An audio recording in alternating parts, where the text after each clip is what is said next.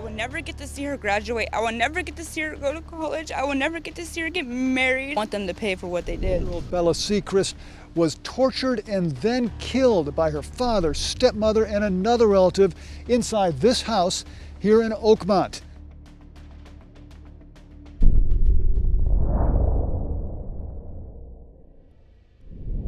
In the year 2016, Jose Salazar-Ortiz and Laura Ramirez had been married for over a decade, had 3 children, and were living in Oakmont, Pennsylvania. Things were seemingly going well for the family until Jose made the decision to cheat on his longtime wife with a woman named Nicole Seachrist, who was also from the area. This threw a major wrench into their marriage when Nicole ended up pregnant with Jose's child, and this ultimately ended in one of the most brutal, sickening stories that I've ever told. I will never forget what happened to Bella Rae Seachrist, who was born as a result of that extramarital affair. Her life was short, hectic, and ended in a tragedy, landing 3 adults in prison. This is her story.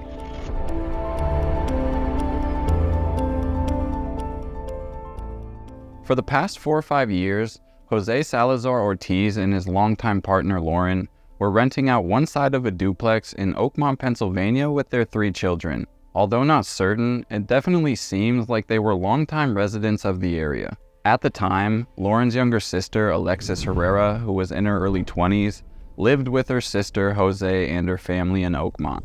Oakmont is a considerably small town with less than 10,000 people living there, and it can be found in Allegheny County. Those who live there would say it's definitely a small, tight-knit community. Another person who lived in this vicinity was 20-year-old Nicole Seachrist, and she was from a nearby town called Verona, which still lands in Allegheny County. Now, I'm not entirely sure how, but one way or another, Nicole met Jose, who was several years older than her, and they began to have this extramarital affair, eventually resulting in Nicole getting pregnant with his baby, and this would be Jose's 4th child during his longtime relationship. It just wasn't with his wife. Roughly 9 months later, beautiful Bella Rae Seachrist was brought into the world. She was a happy, cheerful little girl who always wanted to be held and loved. She had a bright smile and an extraordinarily warm heart. After she was born and ready to leave the hospital, Nicole took her home and Bella's life began.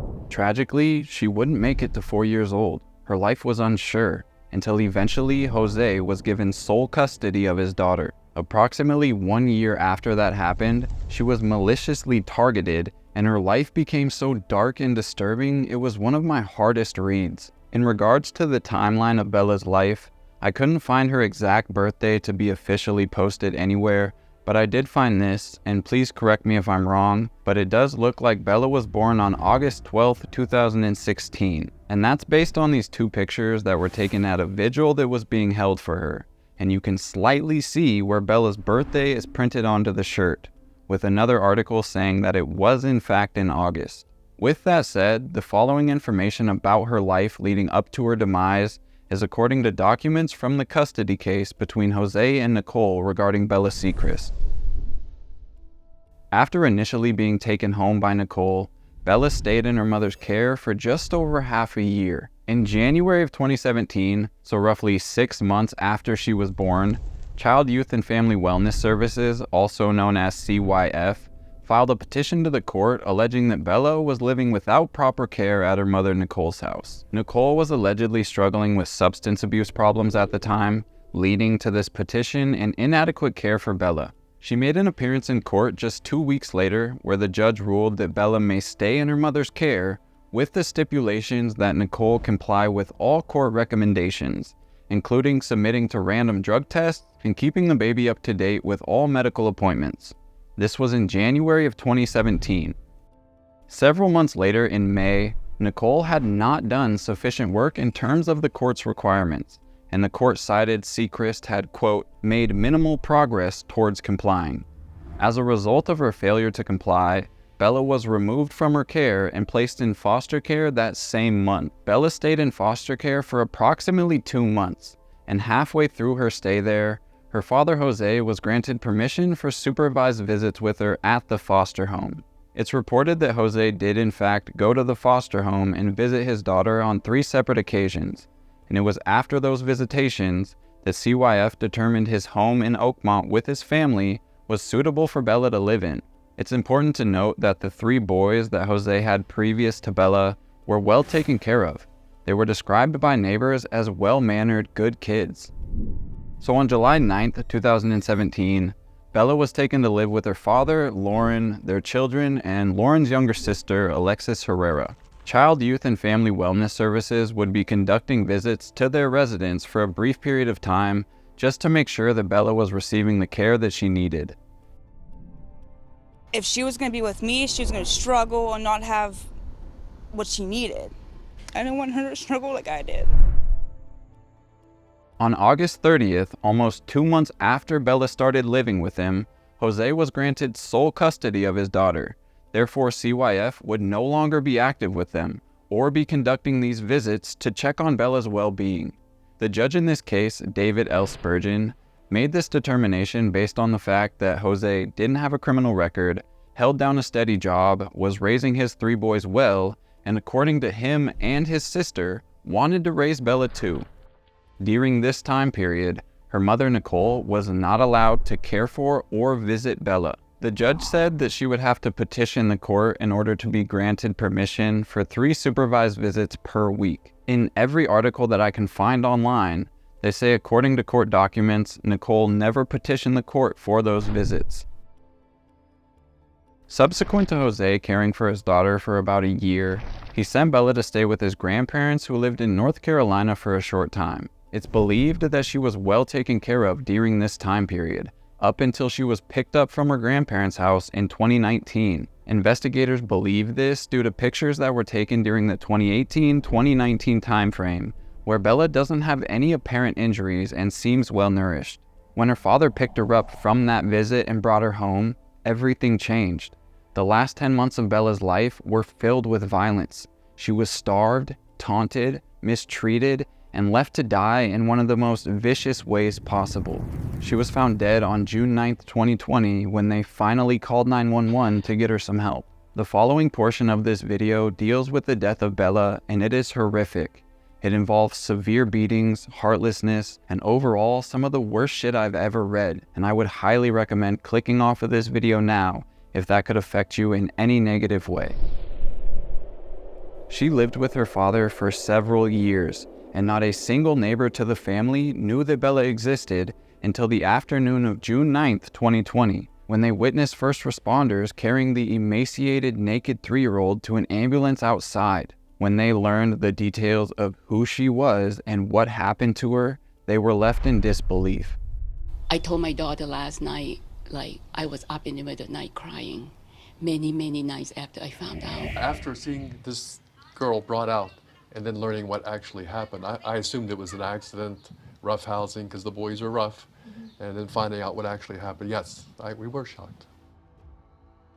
On June 9th, when first responders found Bella around 1:45 in the afternoon, she was unresponsive in the 2nd-story bathtub wearing a diaper. She was completely soaked. She had bruises up and down her body and a brown substance that was running out of her nose. She passed away about an hour after arriving at the UPMC St. Margaret's Hospital, which is near Aspinwall. Bella weighed a total of 29 pounds and was completely malnourished when she died. Her hair was all patchy and had begun falling out due to her health. The stepmother, Laura Ramirez, would beat Bella on nearly a daily basis and humiliate her by forcing her to suffer these extreme punishments. And it was after they were arrested for her death and officers confiscated their cell phones, they realized a lot of this was actually documented. Whether that be through pictures and videos that were taken, or just text messages that they would send each other about it.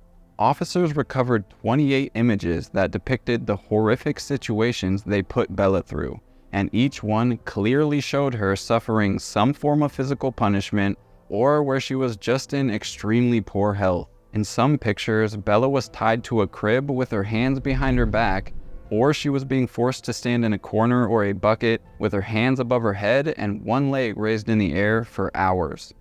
There were a total of 73 instant messages between Laura Ramirez and Alexis Herrera where they described the horrific acts and complimented each other on it. In one of the message threads, when Jose and Lauren apparently weren't home, and Bella was being watched by Alexis, they were texting back and forth where they speak on an incident, quote, in which Bella is forcibly restrained, tethered, contorted, and placed in a closet for an extended period of time.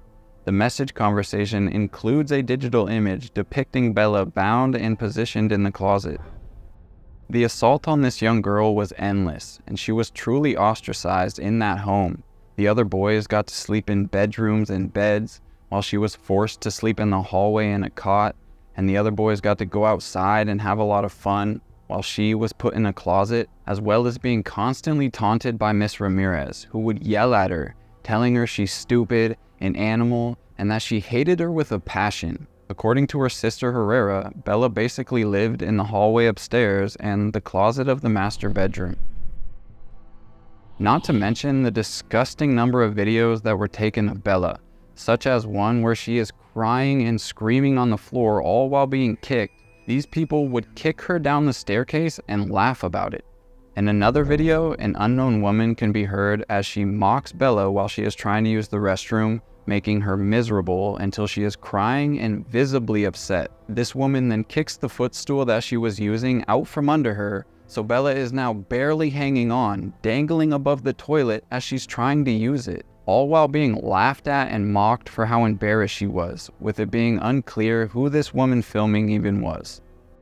It makes this story all the more frustrating and heartbreaking when you understand that Bella was old enough to recognize she's being mocked and made fun of, and that these adults who are supposed to care for her are taking enjoyment in causing her pain and misery. As a 3-year-old who is old enough to understand it, but not old enough to do anything about it, it's just sickening. As I think a little bit more about this story and the timeline, if Bella was well fed and looked after for a period of time at her father's house, she must have been so confused by the immediate switch following her return from her grandparents, when they just stopped feeding her and caring for her and started beating her. How could you do this to a caring little girl who just needs love and guidance? What father is going to witness the agony his daughter is going through and do nothing about it? It's just pathetic. It's stated that Jose knew Lauren would angrily beat his daughter on many occasions, and he even admitted he watched her physically torment Bella, hitting her with either a wooden spoon or a belt, going on to describe her as a person with a lot of temper in which she took out on Bella. Jose had apparently been working for E&J Drywall, claiming to police that he worked over 12-hour shifts 6 days a week, so he was never really home during the day, which sounds like him trying to distance himself from the death of his daughter, which is bullshit. He didn't care for his daughter, love her, protect her, get her food knowing she was starving. Instead, he just sat behind his partner and watched his daughter deteriorate until her body finally gave up on her. When Bella was carried out of the house, her skeletal structure was visible through her skin, and she was obviously on the brink of death. Jose would tell police the night before Bella died, he noticed that she was really cold, so he wrapped her in blankets and put her in the cot in the hallway, and then put a space heater next to her. The following morning when he left for work, he said on his way out he would give Bella a fist bump, and she just looked and smiled back at him before he walked out the door. I hope he sees his daughter smile every night and can't sleep knowing he could have protected her. As stated, Bella weighed 29 pounds, and it was determined she passed away from malnutrition, hypoglycemia, failure to thrive due to chronic illness, as well as neglect and abuse. These 3 adults who were responsible for her well-being are to blame, and they all took part in her demise. Jose and Lauren were taken into custody first, while Alexis remained at large but turned herself in just a few days later. Jose Eduardo Salazar-Ortiz was the first to stand trial for his crimes in May of 2023. After his 3-day non-jury trial, he was found guilty and convicted of third-degree murder, aggravated assault, endangering the welfare of children, and conspiracy to commit homicide. At the time of his sentencing, he was 32 years old and was sentenced to 33 to 66 years in prison for his part. Lauren Michelle Ramirez was next to stand trial in July of 2023 for murdering the child. She was found guilty of first-degree murder among other counts that included aggravated assault, endangering the welfare of children, unlawful restraint, and conspiracy to commit homicide. The judge appointed Ms. Ramirez as the main perpetrator in the death of Bella and sentenced her to life in prison without the possibility of parole, as well as an additional 37 to 74 years. Alexis Melissa Herrera is being accused of taking part in the murder, and when she was arrested, she was found with several of those videos and images of Bella on her phone. She is being hit with approximately the same charges, but isn't set to stand trial until January of 2024. She has already admitted to police that the weekend before Bella died, she punched her in the face really hard, and the blood that they found on her clothing was from that incident. May they all burn in hell for what they've done to 3-year-old Bella, and I could only wish they were sentenced to the same treatment. One thing I need to talk about is what Nicole Seachrist felt and said following the nightmare her daughter endured. I didn't mention her statements previously because I was basing this story strictly off of court records and reports. According to Nicole, she agreed to the process of giving Bella to Jose, willingly handing her over so that she wouldn't be struggling, because Nicole just didn't have the means to take care of her at the time. Nicole had struggled throughout her lifetime, and she didn't want her daughter to experience the same thing when she found it difficult to raise money for diapers. If she was going to be with me, she was going to struggle and not have what she needed. He always wanted sex for me to get something for our daughter. Why did they think it was okay to do the things that you did to a little 3-year-old little girl, my little girl? I think that she just did it out of spite because, number one, that's not her baby. Number two, he had an affair. I'm disgusted. I'm angry. I'm pissed off. After handing her daughter over, Nicole moved north of Pittsburgh in order to get clean and get back on her feet again, saying that she was indeed planning on filing custody papers to get her daughter back.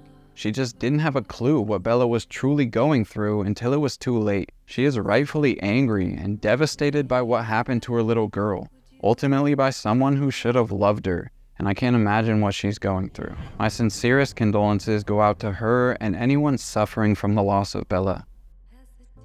I just felt very hurt because he broke all of his promises of taking care of her and making sure that she's going to be okay. The world lost a beautiful soul, amazing spirit, and a born fighter when 3-year-old Bella Seachrist passed away. She was someone who wasn't afraid to be herself and express the things that she loved. According to her family, she absolutely loved to dance her little heart out and eat French fries and spicy chips. She also enjoyed the time she was able to visit Jose's grandparents, go swinging, or for a simple stroller ride. She was a giggly, bubbly, playful, and loving child. My heart breaks for Bella and the things that she had to endure. As a toddler, Bella should have been happy, loved, and learning how to play, speak, communicate, and most importantly, be a kid. Instead, she was viciously singled out and slowly murdered while she had several kids around her living the exact life that she should have been. It doesn't get any worse than that. May your spirit fly high and your memory live forever. Rest in peace, Bella Rae Seachrist. Would you wait for me?